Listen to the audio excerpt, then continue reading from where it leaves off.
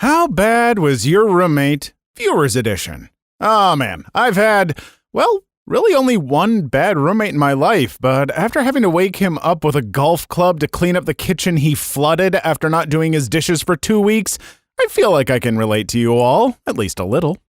Story 1. One of my favorite roommate stories to tell. In my junior year of college, I lived with 2 girls that I went to school with. This was during the summer, so my roommates had gone to be home with their families. It was just me in the apartment most of the time since I was in the process of moving out and needed to pack. My roommates would drop by from time to time, but I was mostly on my own. One night, one of my roommates came back to the apartment, cooks dinner with some grilled peaches for dessert, this becomes important later, stays the night, and leaves the next morning. When I woke up, I saw that my roommate hadn't put anything away from when she cooked the night before. We're talking dishes piled up in the sink and making it unusable, ingredients left out, and the griddle she used for the peaches sitting on the counter dirty. I was going on vacation in a couple days and texted my roommate to let her know. Turns out she was out of town and wouldn't be coming back for a week, so I had to wash her dishes.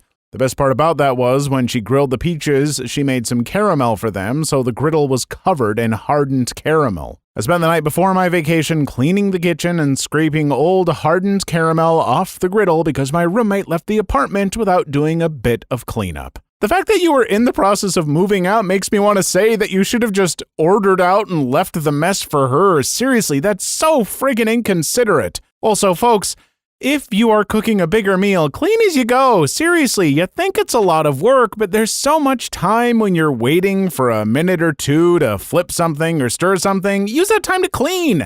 Makes it feel like the cooking goes faster and there's less cleanup after, so cooking doesn't feel like as much of a chore. Okay, this video cannot turn into life advice from Mr. Facts. We gotta move on. Story 2. I had a rough home life. Dad left when I was 2, Mom left when I was 11, and from 11 to 19, I had a physically and very verbally abusive caretaker. Circa 2017, I had a chance to move down to Atlanta with some friends I'd met online 6 months prior, and I took it to escape from my home life. At first it was fine. It was 4 of us guys in a 3-bedroom apartment. We curtained off the living room and made it the 4th bedroom. We were supposed to be a gaming house where we all made content and grew our channels together. Only 3 of us made content, only 2 of us streamed, and I was the only one trying to improve all around. First red flag. Eventually, the guy in the living room got a girlfriend, and after visiting on and off, she practically moved in. Second red flag, they would do it almost all the time. She was never quiet, and neither was he. I was unfortunate enough to share the wall between them and my room, so I would be forced awake every single night. I got absolutely 0 sleep, averaged 5 hours per night when they would F. I would always ask them to turn on music or bang on the wall to keep them quiet, which they never did either. After driving home one night, after weeks of this happening and almost falling asleep at the wheel, I decided it was time to take action. I asked my landlord what it would take to get him kicked out. He just said we all 3 needed to vote on it. I went to the other 2 guys with my complaints, and they were shocked and peed at me for even asking that. Third red flag. A week later, they all voted and decided to kick me out.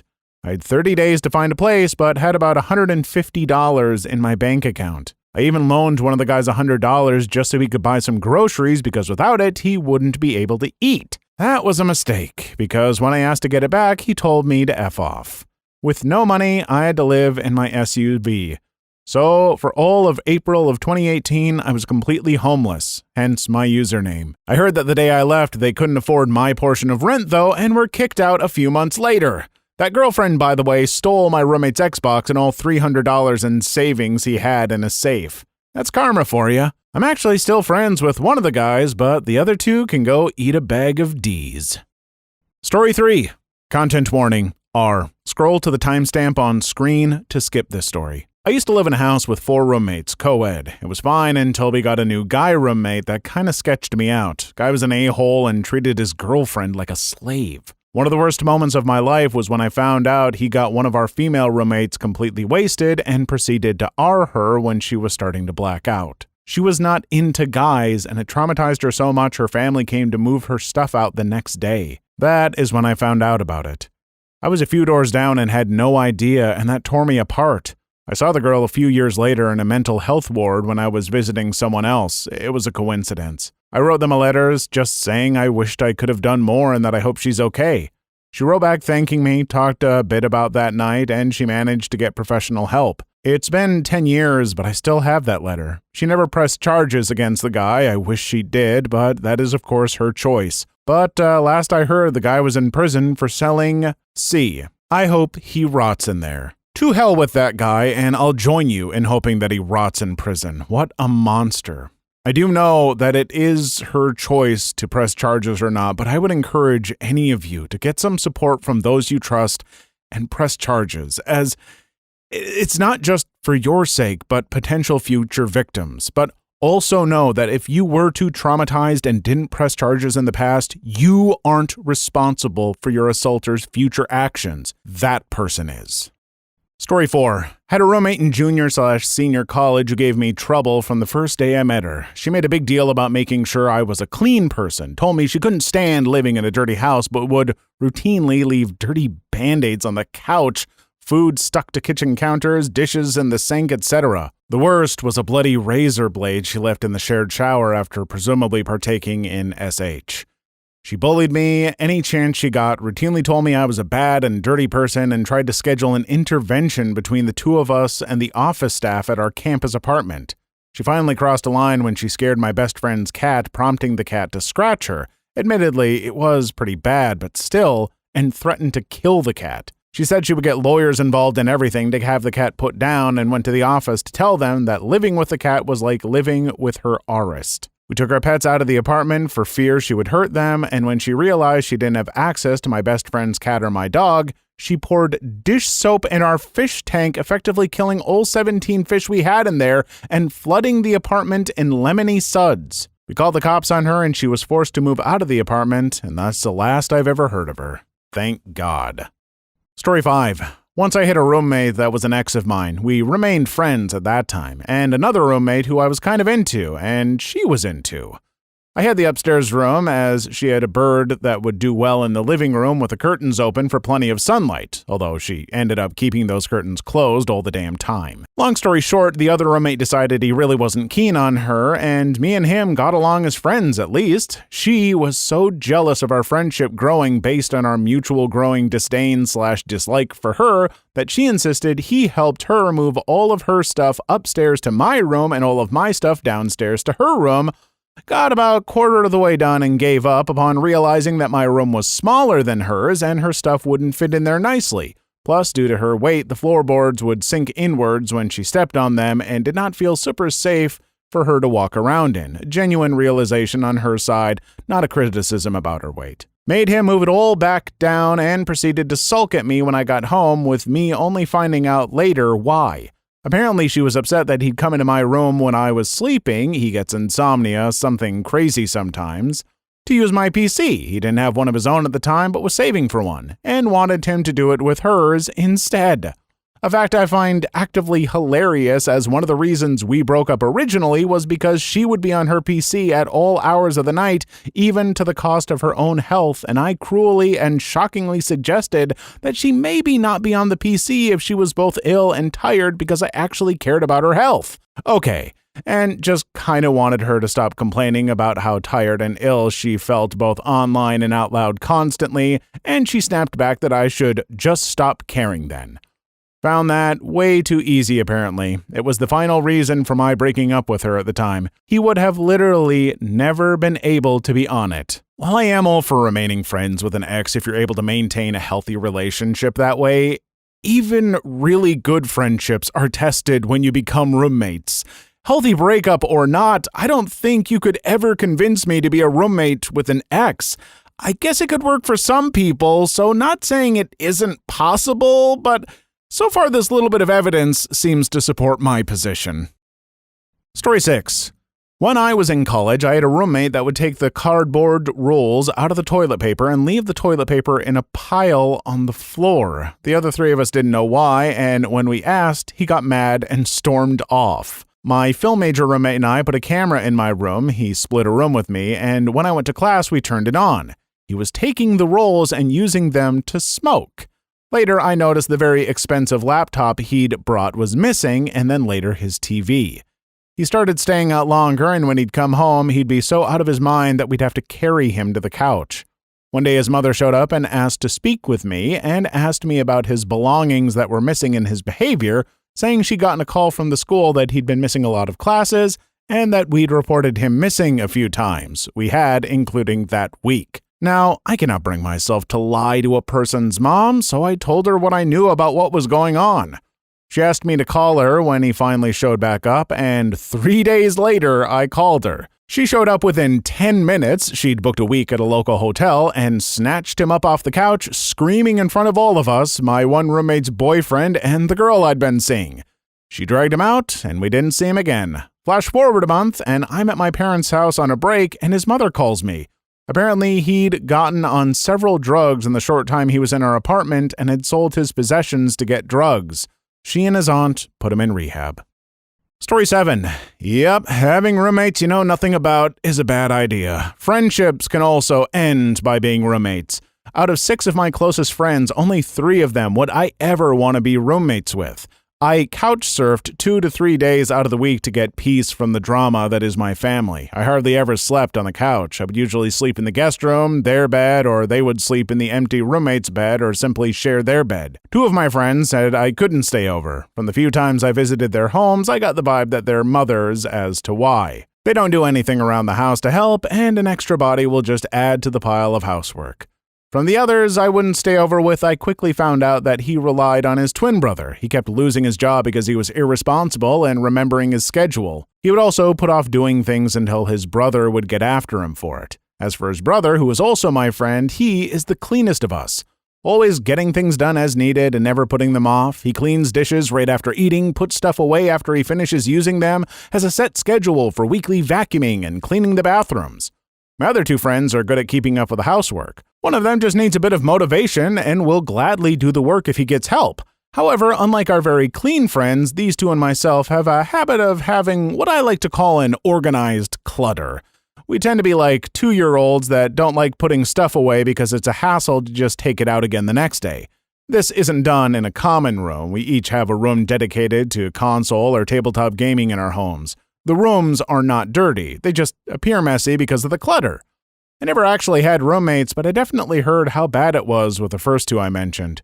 Friendships were put to the test. Eventually, they were told to pack up and go back to their parents. The third one, his brother, eventually kicked him out too. It's like I said, not even pretty good friends are necessarily compatible as roommates. People have their own ways of living, doing things, all that stuff. You move in with a really good friend thinking it'll be all fun, but suddenly you realize that you hate having dishes in the sink, but they prefer to just do big loads of dishes by hand once or twice a week. It seems like just one little difference, but there are usually a lot of those differences. It isn't easy. Story 8. Almost 7 years to this day, there were 3 of us living together, and the third one, we'll call him Tosh, was living off SSI checks and barely took care of his dogs. One of them barked and bit us, but this started way before we got the apartment. He was constantly on a laptop that was going away present for me and hid this from me until we got to the apartment. He went through my alphabetized game collection to play a game with the other roommates who told him not to go through the box. He put the other roommate's D&D books under the air conditioner, which had a leak. This water got on his books. He yelled at my internet service provider about the internet being too slow for his liking, wouldn't bathe while smelling like a cow pasture while letting his dog's puppies sleep on the couch and they pee and poop on the rug. Sorry, I forgot to add the puppies part. So my brother had to burn the couch and rug because of fleas and excrements, ate and drank my stuff without permission, and as we started the move, worn my swag from anime conventions and GameStop. Now, after the move, I found him tearing apart my gifted laptop and tried to lie about it. He argued with the other roommate about spending more time with his girlfriend who lived in the state we moved to than him, argued about rent splitting, something we already agreed on, lost or stole some of my DVDs as well as damaged the other roommate's book collection, wasted food constantly, used our neighbor's internet service while not paying him for it, let his dogs try to mate again even though he agreed to get one neutered or spayed, freeloaded off us for food and other items, and went home for Thanksgiving never to return, leaving us to have to take his part of the rent because he left before the contract expired. As we gathered his stuff, he had knives, hidden knives and belt buckles, and along with a lighter with a Nazi flag on it. He was obsessed with his German heritage, and threatened to call the police on us if we moved his stuff to the garage. Also found out he stole things from his family too. Have heard from him since, which is good. And he never paid the other roommate for his books. Story 9. Had a flatmate in my first year of uni. We called her the trolley goblin for good reasons. So it was an all-girls flat. There were 4 of us. 2 of the other girls were great. We got along amazingly, even though one of them was barely in for most of the year. But there was Trolley. She was an international student from China, which was fine, as I love to meet people from other countries and cultures and even have some friends who are international students too. But the first day of moving in, the flat was trashed, and I mean trashed. There was a trolley, shopping cart for non-British people, in the bathroom, toilet paper everywhere, and the kitchen was in a state. I now know that I was the second person to move in, and she had already been there for at least 2 weeks by herself. So I got rid of the trolley and cleaned the place up, and within a week, everyone had moved in.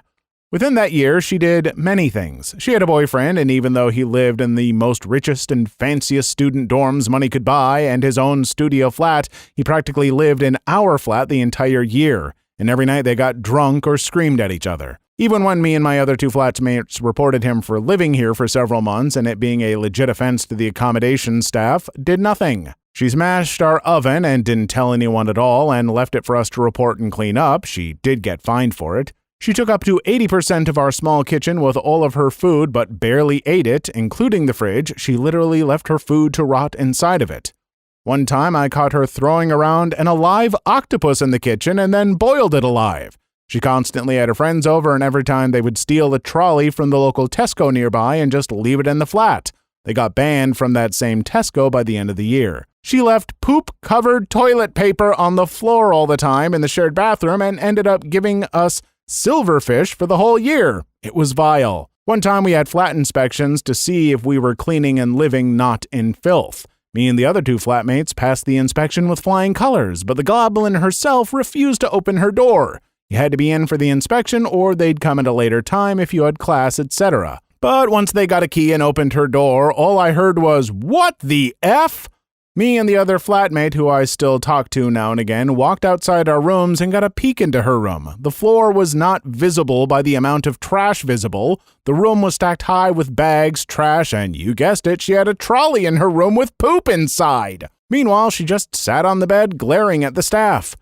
She instantly got told to leave the premises while they contacted her parents to sort this out. All her parents did was offer them money for a cleaner, which apparently went through. Last I heard of, she quit uni in second year and left back to China as no accommodation partner or near my uni wanted to let her have a room for the crap she pulled in that dorm. She did more stuff like cover our entire bathroom in hair dye and threw trash outside her window, but this post is long enough. Laugh my butt off.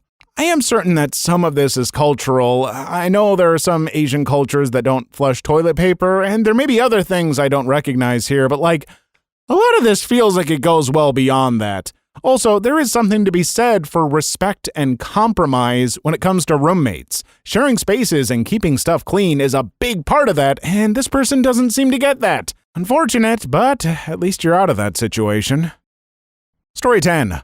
Honestly, my old roommate, I'm a guy, as a female, was awesome. We became very good friends and still are. And no, we never banged, though it probably could have happened a few times. Anyway, the only thing she ever did that was irritating was when I met my current girlfriend, she, my girlfriend, made me a batch of chocolate chip cookies, and they were amazing. She made about 16 or so. I went to work the next day and came home to find my roommate had been home sick all day.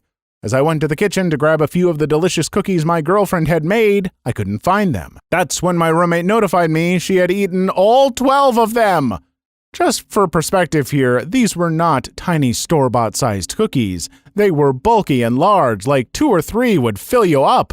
Honestly, couldn't believe she did that. I didn't talk to her for a day or so, and she tried to say, "I'm sorry." She bought me 6 of those crappy Publix cupcakes. I refused to eat them, LOL. Obviously, we got past this instance, but I still cannot understand how she thought that was okay. It was clear my girlfriend, who I had just started dating, had made those for me out of a gesture of love. I also don't understand how the F she ate all of those. You would have seriously had to work to accomplish such a task. In her defense, when I'm sick with a cold, I get a major sweet tooth. I would definitely eat too many cookies if they were around and I wasn't feeling well. Maybe not 12, but also maybe 12. Story 11. One of my friends I grew up with asked me to be his roommate with another one of his friends. It was my first time leaving the bird's nest. I said yes, saved up money, and had first month's rent and my share of the damage ready. It started off okay for the first month, but the more days that went by, the third roommate was becoming more and more lazy. He didn't help out around the house, dishes would stack up that weren't mine, and I would do all the cleaning. They were college students, so I let it slide, but it would get worse, so much worse. He had a vegan girlfriend who would come by all the time and judge me for eating meat and just about anything else I did. And on top of that, he would bring his friends over after nights of partying. I worked construction and had to be up early in the morning, so I was peed off from waking up at 3 a.m. And on top of that, my friend who I grew up with was no better and a complete a-hole with the most fragile ego I've ever seen. He would come and berate me for no reason when he would have a bad day, saying how he was much better than other college students because he went to a more prestigious university. I eventually had enough of their crap one night and had a few beers in my system and ripped them apart at the party they were hosting in front of their friends. I haven't said a word to them since I left that house 7 years ago. It sucks because me and my one friend were really close. We grew up together, but after he showed me his true colors, I lost all respect for him. I'm telling you folks, if you value a friendship, be careful putting it to the test by becoming roommates. It isn't all fun and games. The fun hangout times can only last so long, and then you have to hope you get along with everyday life parts. Especially when you're younger and you haven't been on your own before. Oh God, that is the worst time to be roommates with anyone you care about. If you are college age, be roommates with someone you can afford to hate. Simple as that. Please leave your story in the comments. I would love to make a video on them in the future. Also, don't forget to like and subscribe.